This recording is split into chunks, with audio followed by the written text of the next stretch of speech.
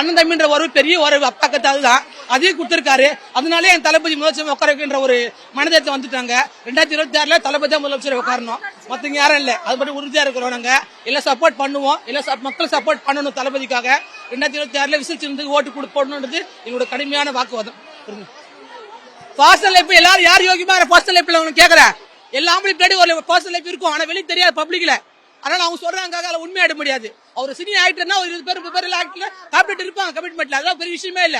அவங்க சினிமா நடிகர், அது அப்ப தாண்டி ஒரு கட்சி வந்திருக்காரு, அத்தியத்தை ஒன்னாக்குறாங்க. அது சம்பந்தமே இல்ல.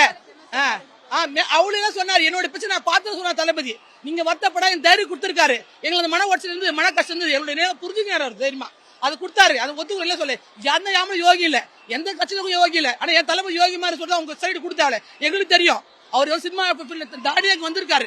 அதனால அத்தியத்தை கம்பல் பண்ணக்கூடாது. ஒரு பொதுமக்கள் நல்லது செய்ய வரப்போ அது வந்து வரவேற்கிற விஷயம். அதை விட்டுட்டு இவங்க வந்து தேவையில்லாம வேலை பண்ணுறது முட்டாள்தானே பொறுத்த வரைக்கும். புரியுதுங்களா? இந்த 2026 தளபதி தான் முதலமைச்சர் உட்காருவாரு. நாங்க தான் ஓட்டு போட்டு ஜெயிக்க வைப்போம். என்ன சொல்றது, இந்த வெற்றி நிச்சயம். டிவிக்கே தளபதியார், தாய் மாமா என் பிள்ளைக்கு என்னுடைய அண்ணன் வருங்கால அண்ணன் தளபதியார்.